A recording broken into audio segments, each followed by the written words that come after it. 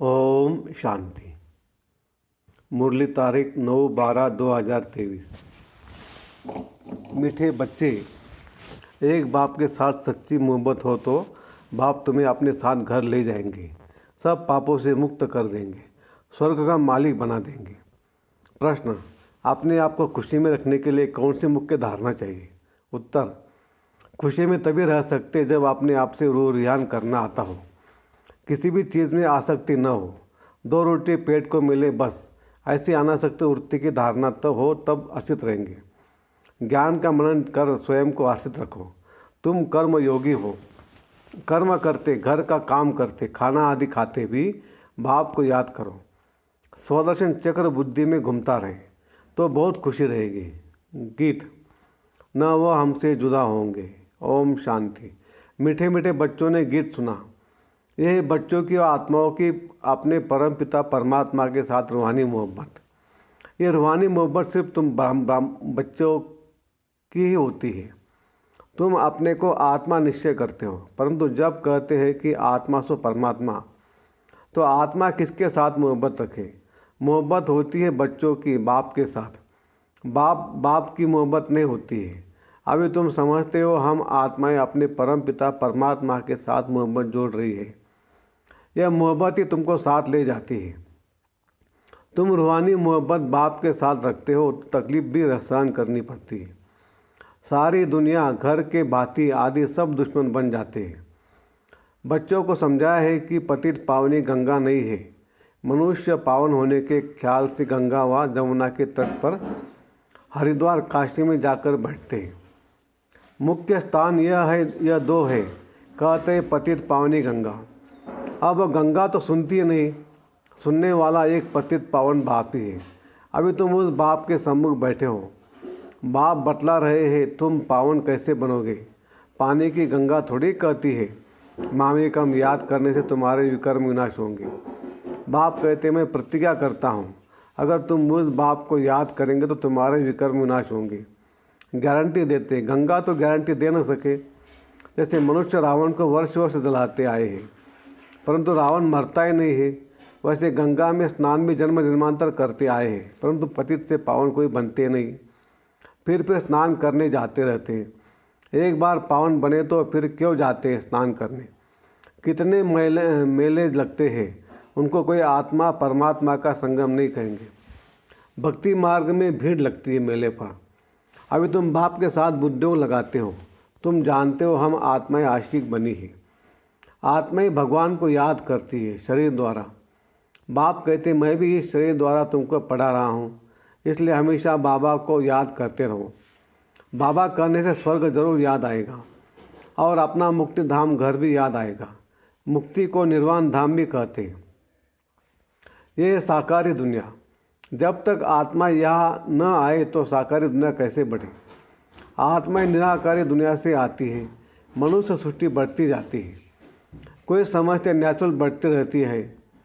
तुम जानते हो आत्मा यहाँ आती है, वृद्धि को पाती रहती है। बच्चों का मालूम हुआ है कि स्वीट होम शांति धाम है। शांति को बहुत लोग पसंद करते हैं। तुम जानते हो शांति धाम तो हमारा स्वीट गॉड फादरली होम है। भारतवासी विलायत से लौटते हैं तो कहते हैं हम अपने स्वीट होम भारत में जाते हैं। जहाँ जन्म लेते हैं वह देश प्यारा लगता है, कहते हैं हमारा स्वीट होम ले चलो, भारत में ले चलो। अच्छा समझो मर जाते हैं, आत्मा तो चली जाएगी, फिर शरीर को यहाँ ले आकर ख़त्म करते हैं। समझते भारत की मिट्टी भारत में जही जाए। नेहरू ने शहीद छोड़ा तो उनकी राख देखो कहाँ ले गए, खेतों में गिराई, समझते खेती अच्छी होगी, परंतु हर चीज़ को वह कितना भी मान दे पुरानी तो ज़रूर होनी है। कितनी तकलीफ सहन कर रहे हैं, बाप का पता नहीं है। तुम बाप को जानकर बाप से वर्षा ले रहे हो तो दिल होती है मित्र संबंधियों आदि को भी स्वर्गवासी बनाए। किसको तुम कहो स्वर्गवासी बनो तो कहेंगे तुम मारने चाहते हो क्या? तुम बच्चे जानते हो श्रीमत पर हम श्रेष्ठाचारी श्रेष्ठ स्वर्गवासी बन रहे हैं। देही ऐमानी बनने में बड़ी मेहनत लगती है। घड़ी घड़ी देह ऐमान में आकर बाप को भूल जाते हो। अभी तुम सम्मुख बैठे हो, जानते हो हम अपने परमपिता परमात्मा के पास आए हैं। बाबा कहते आगे कभी मिले थे? तो झट कहते हाँ बाबा 5000 वर्ष से पहले। ये तुम्हारा गुप्त अक्षर है और कोई कॉपी कर न सके। बल श्री कृष्ण का वेद धारण कर लेते हैं। कहते हम आए स्वर्ग की स्थापना करने, परंतु यह बात कि 5000 वर्ष से पहले भी स्वर्ग स्थापन किया था यह कह न सके। तुम ही कहते हो बाबा 5000 वर्ष से पहले हम आपसे वर्षा लेने आए थे, आपने राजयोग सिखाया था। यह आत्मा कहती है इस शरीर द्वारा अपने को आत्मा निश्चय कर और बाप को याद करना है।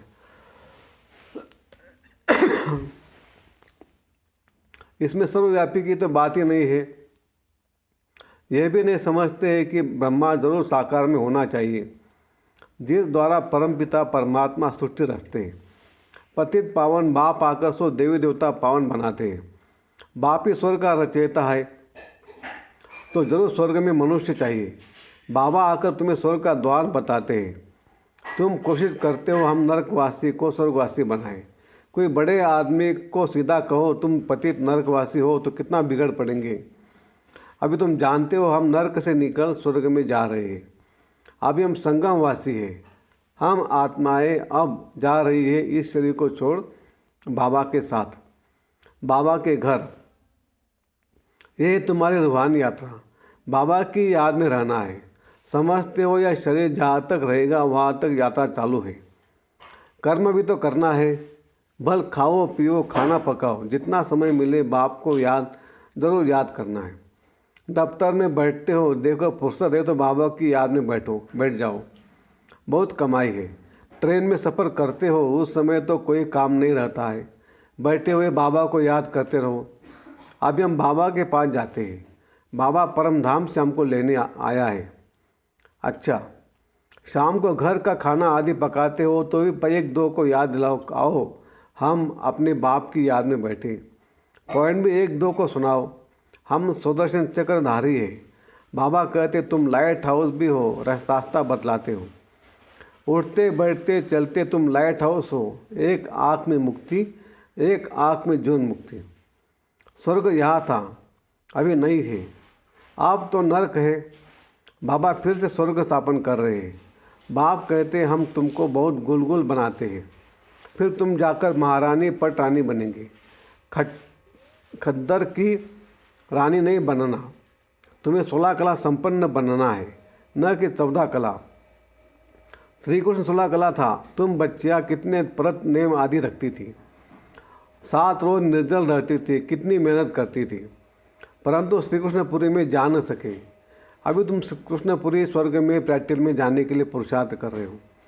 श्री कृष्ण को द्वापर में ले जाने से स्वर्ग का किसको भी पता नहीं पड़ता।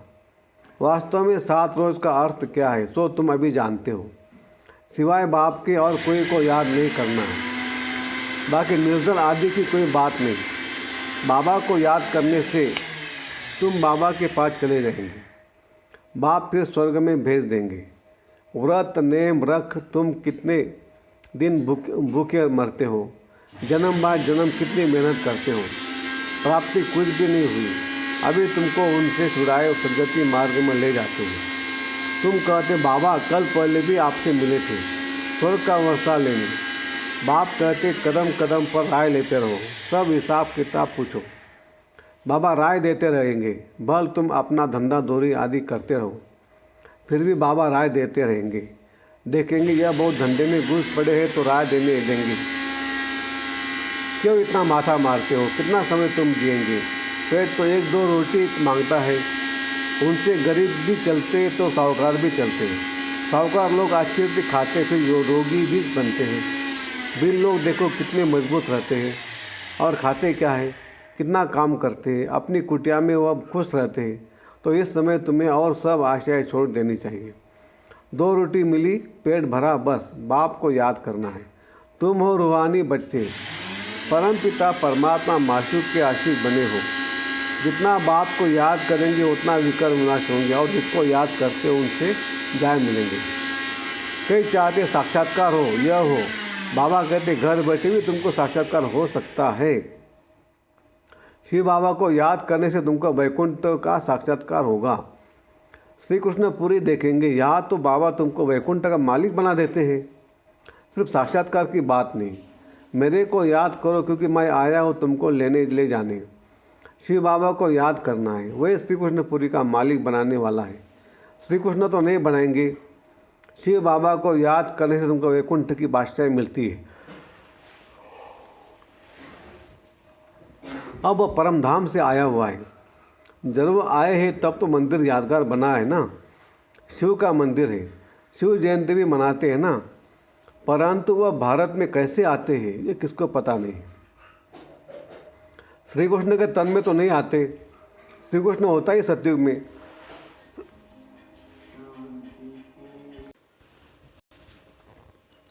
शिव का बड़ा भारी मंदिर है, श्री कृष्ण का इतना बड़ा नहीं है। सोमनाथ का मंदिर कितना बड़ा है। श्री कृष्ण के मंदिर में राधे कृष्ण को बहुत गहने दिखाते हैं, शिव के मंदिर में कभी गहने नहीं देखेंगे। अब वह शिव बाबा तो बड़े महलों में रहता है नहीं है, रहता है श्री कृष्ण। बाबा कहते मैं महलों में रहता ही नहीं, परंतु भक्ति मार्ग में कितना बड़ा आलीशान हीरे जवाहरों का मंदिर बनाया है। जिनको शिव बाबा द्वारा स्वर्ग का वर्षा मिला है, उन्होंने उनका मंदिर इतना ऊंच बनाया है।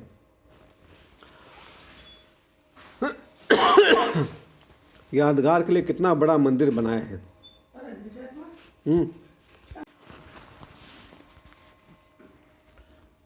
मंदिर बहुत अच्छा बनाते। बॉम्बे में बबुरनाथ में शिव का मंदिर है, लक्ष्मी नारायण का माधव बाग में है। बाप कहते हम तुमको स्वर्ग का मालिक बनाते हैं, तो भक्ति मार्ग में तुम कितना भारी मंदिर बनाते हो। और अभी देखो कैसे झोपड़ी में बैठा हूँ। तुम्हारा भी नाम बाला होना है, तुम जानते हो हमारा फिर मंदिर बनेगा। हमारे बाप शिव के भी बहुत मंदिर है। कमाल है, जिन्होंने सोमनाथ का मंदिर बनाया था वो कितने धनवान होंगे। अभी तो कितना गुप्त हूँ, कोई को पता नहीं है। तुम जान गए हो, फिर कैसे शिव बाबा का मंदिर बनाना पड़ेगा। भक्ति मार्ग में आएंगे मम्मा बाबा जो पहले नंबर में पूज्य बनते हैं, वैकुंठ के मालिक बनते, फिर पहले पुजारी बन मंदिर भी उनको ही बनाना पड़े। तो दिल में कहेंगे ना हम ही पुजारी बन मंदिर बनाएंगे। ऐसी ऐसी बातों में रावण रमन करने से फिर यह पुरानी दुनिया भूल जाएगी। आपस में भी ऐसी ऐसी बातें करनी चाहिए, तो तुमको वो खुशी बहुत रहेंगी। अपने से रूह रियान करो।